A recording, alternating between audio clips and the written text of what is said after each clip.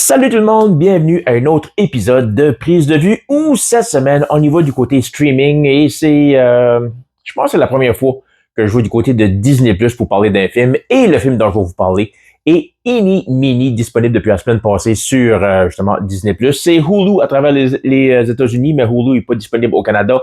Puis je pense vraiment comme 90-95% de ce qu'il y a sur Hulu aux États passe à travers Disney Plus pour les Canadiens, qui est bien sûr nous autres. Et Eeny Meeny, bien c'est un film, film d'action disponible pour vous. Un film en partant que je donne quand même un respectable 6.5 sur 10. C'est un film que j'ai apprécié, qui m'a diverti, mais m'a pas vraiment émerveillé. Je l'ai vu, je suis content de l'avoir vu, puis là, je suis prêt à passer à autre chose, comme je l'ai déjà pas mal fait. Ce que j'ai aimé du film en partant, c'est pas vraiment des acteurs qu'on connaît. En tout cas, que moi, personnellement, je connais pas plus qu'il faut. L'actrice principale, c'est Samara Weaving, qu'on a pu voir dans Ready or Not, puis aussi dans la série Ash vs. Evil Dead. Ça met quand même en vedette Steve Zahn, qu'on a vu autant à la télévision qu'au cinéma, puis aussi Andy Garcia. Puis c'est un film qui va côté action, un peu, j'allais dire thriller, mais plutôt dramatique, mettons. Film action dramatique. C'est l'histoire de Edith Meany, qui a le surnom de Eeny Meeny dans le titre du film, qui est une jeune femme qui à un moment donné a eu une vie, un passé quand même plutôt criminel et maintenant tente de refaire sa vie et ensuite d'une série d'événements, eh bien doit se retourner vers le monde du crime pour aider quelqu'un qu'elle aime. Donc le film commence du côté de Cleveland aux États-Unis en 2007. On retrouve la jeune Edith Meany qui est après marché vers un bar pour aller ramasser ses parents, son papa et sa maman, qui sont au bar, qui sont un peu sous et ont besoin d'une drive. Ça fait que là, elle arrive là, elle embarque dans le char, les autres embarquent en arrière. Là, ils décollent. À manque un stop, la police les arrête et c'est la panique. Parce que non seulement la maman, qu'on apprend à travers les dialogues de mise en situation, qu'on apprend qu'elle a de la drogue sur elle et que c'est sa troisième prise et qu'elle va se retrouver automatiquement en prison. Eh bien, quand je dis la jeune Edith Meany, ben, en 2007, elle a 14 ans. Ça fait qu'elle n'est pas supposée de conduire. Ça fait que là, son papa, il met de la pression pour décoller parce que là, elle a arrêté parce que la police la suivait. Mais là, lui, il est comme, OK, décolle. Et on apprend la manière de la fabriquer. Il dit, t'as juste à décoller puis faire comme que je t'ai déjà montré avant, dans le sens qu'elle serait capable de sauver de la police, elle serait déjà assez talentueuse. Elle sent la pression parce qu'elle veut vraiment pas se mettre dans le trouble, mais en même temps, si elle veut pas que sa mère soit dans le trouble, ça fait qu'elle prend une décision, et aussitôt que la décision est prise, là, on y va 14 ans plus tard avec Eeny Meeny. Maintenant, 28 ans, on la voit après gérer la job, les études et aussi la vie sociale, sortir et fêter avec ses amis. Elle travaille dans une caisse, là, après un moment donné, il y a une genre de mise en situation qui la force à se rendre à l'hôpital et à l'hôpital, elle apprend qu'elle est enceinte de son ex dénommé John qui, lui, tout comme elle, lui, non seulement il a un passé criminel, mais son présent est tout aussi criminel parce que elle, quand elle a voulu sortir de ce monde-là, lui, il est resté. Ça fait que c'est pour ça que c'est maintenant des ex parce qu'elle ne voulait plus rien à faire avec un criminel, mais elles sont ont toujours été comme attirés l'un l'autre pour une raison ou une autre. Et là, décide de se rendre à son appartement à lui pour lui annoncer la nouvelle, voir comment il va prendre ça, mais il est dans le trou, puis elle décide de l'aider pour se sauver de ça parce qu'il a été attaqué par deux gars qui étaient après le questionner. Là, après certaines situations, certaines scènes d'action, tout ça, là, on apprend un petit peu ce qui se passe avec lui, pourquoi que justement il est attaqué par deux personnes. Et elle tente de l'aider, puis elle essaie de le raisonner pour justement résoudre ça le plus vite possible. Et finalement, là, elle réalise que, ou plutôt, elle apprend, je devrais dire, que son ex a coûté environ 3 millions de dollars à son ancien boss qui était un haut placé du crime organisé. Et là, dit, écoute, tu veux aider ton ami ou ton ex ou whatever, tu vas faire ce job-là pour moi.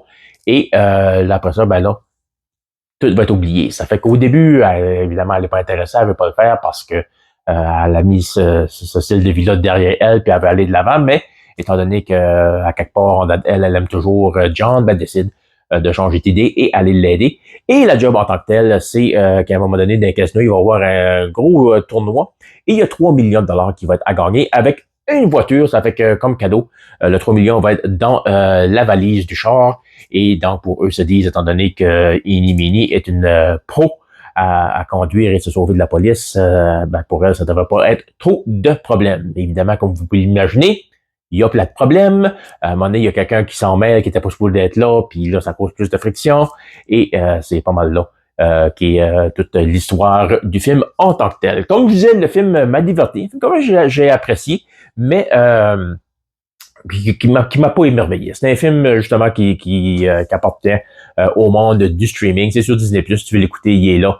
1h47 minutes, si je me trompe pas, ça fait que c'est pas trop long, ça fait que si t'as une soirée que t'as rien à faire, tu veux écouter un film d'action, c'est là pour toi. Il y a des choses que j'ai vraiment aimé du film, comme le film quand même prend le temps de nous présenter les personnages, de nous présenter leur monde, de leur situation, où ce qu'ils sont. Il y en a peut-être qui vont trouver que quand on essaie de convaincre Mini justement d'aller puis aider son chum, peut-être qu'ils vont voir que c'est comme une certaine longueur au film, mais moi j'ai vraiment aimé ça. C'est pas, elle a pas été du style, non, je veux pas le faire. Oui, ok, je vais le faire. Non, elle a vraiment pris le temps, justement, de prendre cette décision-là. Puis au début, elle était vraiment contre ça, puis on a mis beaucoup de pression tant du côté de son ancien boss du crime organisé que son chum qui lui, écoute, il aimerait ça rester en vie.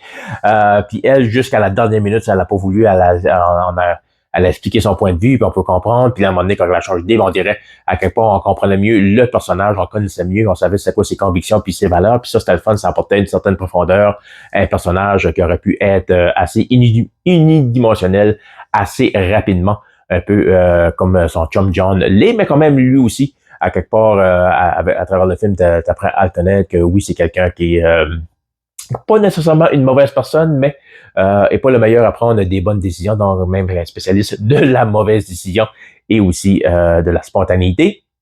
Là où ce que le film perd, j'ai trouvé, par la fin, on dirait, là, on s'est dit, ouais, à un moment donné, il faudrait que ce film-là se termine, puis là, ça fait qu'on coupe un petit peu des coins, j'ai trouvé, on prend des raccourcis dans le niveau de la situation de l'exécution du plan, justement, pour voler le char avec le 3 millions, ou aussi, ou à des places où on essaie de créer du faux drame, des faux moments intenses, dans le sens que, oh my god, il se passe de quoi avec ce personnage-là? Oh, prochaine scène, direct prochaine scène, même pas 2 minutes plus tard. Ah, ok, là, finalement, c'était rien. Ça fait que ça, ces affaires-là, c'est quoi qui me turn off un petit peu côté cinéma quand on va, puis on prend des raccourcis de main, puis on sent la pression de, ouais, faudrait finir ce film-là à un moment donné parce que ça va pas.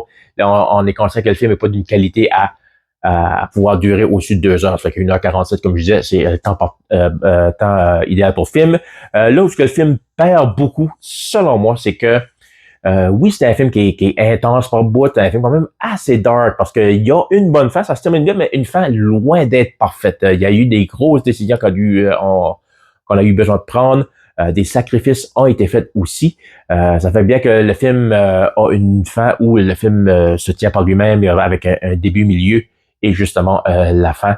On dirait que ça aurait gagné à avoir un peu plus de comédie en fait. Parce que oui, il y en a un petit peu, mais le film n'est pas un film d'humour ponteux. C'est vraiment un drame d'action avec des moments quand même assez dark, mais même à ça, je pense que il y a plusieurs situations, surtout avec John qui est un peu ou qui aurait été un peu justement l'élément humoristique du film. Je pense qu'il aurait gagné justement à être un peu plus drôle dans sa façon de faire parce qu'il est quand même il est quand même intense le bonhomme.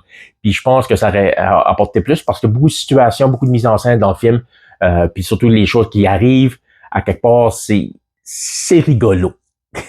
Puis, mais on le joue sérieux pareil, puis je trouve que ça fit pas bien. C'est là, je veux pas trop vous en donner de détails sur comme exemple, là, mais à un moment donné, il y a une personne qui aurait pu régler tout ça en dedans de 2 minutes, puis finalement, il y a ce quoi qui se passe qui est comme, je voudrais pas dire surexagéré, mais exagéré quand même, mais ça aurait pu avoir un aspect quand même plus drôle que ça a eu, mais on a joué ça trop sérieux, puis on dirait, j'étais comme, toi là, on aurait pu nous faire rire là, à ces moments-là, puis ça arrive à une bonne coupe de place à travers le film. Ça fait que un peu plus d'humour pour ce film-là, surtout que la situation en tant que telle, que quand même un peu cliché, là, la personne qui a un passé louche, qui doit malgré elle ou malgré lui se retourner à son passé pour une dernière fois pour sauver soit sa vie ou la vie de quelqu'un qu'elle aime. On a déjà vu ça, ça fait que ça aurait été le fun d'apporter de quoi d'un peu plus, justement pour nous faire passer par-dessus le fait qu'on a déjà vu cette promesse-là pas mal souvent. Mais comme je disais, quand même, je suis pas déçu de l'avoir regardé. Je l'ai vu. Bien content. Je dis on parce que je l'ai vu avec ma femme, puis elle, pareil, elle a trouvé ça ben correct. Ma femme, le rire un peu plus facile que moi, elle a ri à une coupe de place, mais entre autres, pareil, elle était comme moi là, elle était comme je l'ai vu à ça, je peux passer à autre chose. C'est là, j'attends pas une suite à ça. Non, merci. C'est correct. Un mini sur Disney+, c'est correct. Ça fait que 6.5, c'est sur Disney+, ça fait que si vous voulez l'écouter, c'est là pour vous l'autre, si vous êtes abonné à Disney+. Fait que là, la semaine prochaine, on y va du côté du cinéma de nouveau. Parce que là, je pense que ça fait 2-3 semaines que j'ai pas été voir un film au cinéma, puis c'est rare parce que moi, là, j'aime bien ça dans une salle de cinéma, aller voir des films au grand écran avec mon popcorn, là. The best. Et là, on y va avec le film The Roses, qui va mettre en vedette Benedict Cumberbatch, Monsieur Doctor Strange lui-même, et Olivia Spencer, actrice britannique que j'adore, qu'on a vu entre autres avec Simon Pegg et Nick Frost dans des films comme Hot Fuzz, puis quel autre là? Je me rappelle plus. Et avec Nick Frost. En tout cas, Olivia Spencer, une actrice que j'aime. C'est un film qui est basé sur un livre dont il y a déjà eu un premier film en 1989. Puis je suis bien curieux de voir puis comparer les deux parce que j'ai pas lu le livre, mais j'ai vu le film à l'époque quand j'avais 14-15 ans. Là, vous allez me dire, ouais, mais là, Eric, Toxic Avenger, Unrated, ça aussi la même fin de semaine. Ma femme veut aller voir The Roses, ça fait que je vais aller voir The Roses, puis that's it. Ma femme, que ce qu'elle veut, elle l'a, puis que ce qu'elle veut faire, on le fait, no questions asked. Si j'ai le temps, je vais aller voir The Toxic Adventures, mais je sais même pas encore si je vais à Moncton pour commencer. Puis comme je dis, je sais pas si je vais avoir le temps, parce que quand je vous reviens lundi prochain, dans une semaine, je vais avoir 50 ans. Et oui, c'est ma fête samedi. Le gros 5-0. Ben, c'est pas grave. On reste jeune de cœur, les artères un peu moins jeunes, mais le cœur reste jeune, au moins. Puis après ça, là, on va aller en cours du cinéma dans 2 semaines avec The Conjuring Last Rite. C'est un film que j'ai vraiment hâte de voir, un univers que j'apprécie malgré ses imperfections. Il y a aussi, à quelque part là-dedans, au début septembre, le film This is Spinal Tap, The End Continues, quoi de même. Une suite au légendaire documentaire humoristique This is Spinal Tap de 1984, si je me trompe pas. Ça fait qu'il y a encore des bons films qui s'en viennent. Un film que j'ai hâte de voir au mois d'octobre, j'ai vu la première bonne annonce, ça a l'air vraiment intéressant. C'est un film qui s'appelle Good Boy. Puis ça, je veux en parler parce que j'ai trouvé ça assez curieux. Parce que le film, c'est un film d'horreur, mais c'est basé sur le point de vue d'un chien. Il voit son maître être attaqué par des genres de forces mystérieuses, du mal, whatever. Et ben lui, il est mêlé là-dedans, puis il essaie justement, je pense, à certains endroits d'aider son maître à survivre, puis tout ça. Ça fait que ça a l'air comme expérience de quoi d'assez intéressant. Ça a l'air d'un film aussi indépendant, à vraiment petit budget. Fait que je ne sais pas s'il va jouer au cinéma. J'espère que oui, je me croise les doigts. Mais pourquoi j'en parle, c'est que la semaine passée, quand on a eu la première bonne annonce, le monde s'est mis à paniquer solide sur le destin du chien dans ce film-là. Puis là, le monde a peur que le chien va mourir à la fin. Et là, on a des menaces, puis alors des mimes à la John Wick que le chien est mieux de pas mourir dans ce film-là. Puis ça a un point tel que sur bloodydisgusting.com, site où on parle d'horreur dans le monde du cinéma, télévision et jeux vidéo, et des fois aussi un peu fantasy, eh bien, on a décidé de spoiler le film pour les gens qui sont trop stressés. Tu peux aller voir l'article où on parle du film Good Boy, puis à mi-chemin, tu peux cliquer sur la photo du chien, et là, on va te le dire si le chien meurt ou pas pendant le film. Malheureusement, moi qui déteste les spoilers, j'ai pas réalisé que c'était en cliquant l'image. J'ai cliqué l'image, là, je sais ce qui se passe avec le chien. J'en dis pas plus.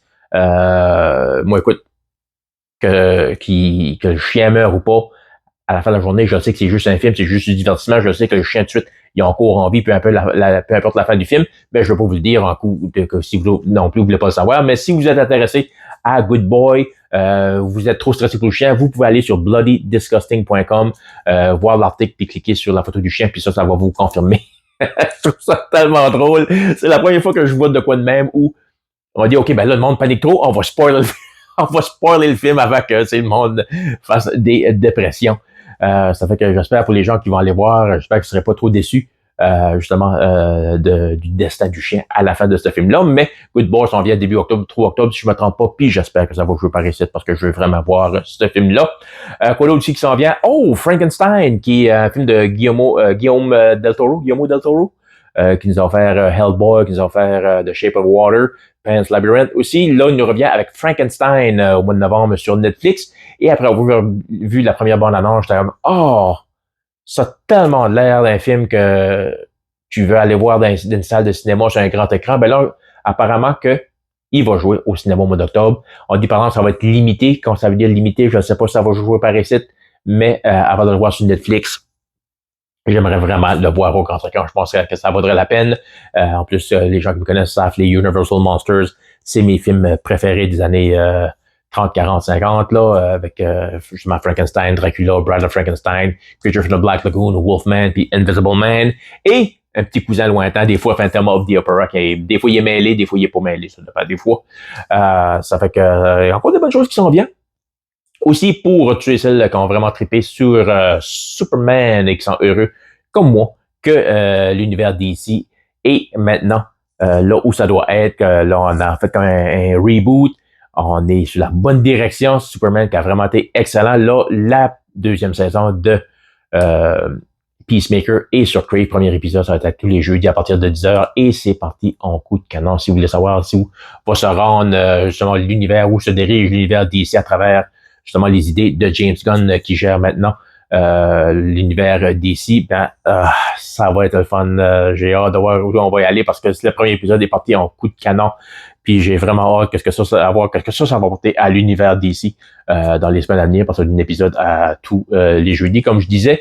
Puis jusqu'à date, c'est excellent. Puis j'ai aimé aussi la façon que on a retravaillé certaines situations qu'on avait vues dans la première saison de Peacemaker, entre autres avec la Justice League et tout ça, parce que bon, c'est c'est Henry Cavill et puis Superman, Ezra Miller et puis le Flash, Gal Gadot, je ne sais pas si elle est Wonder Woman, je penserais pas, non.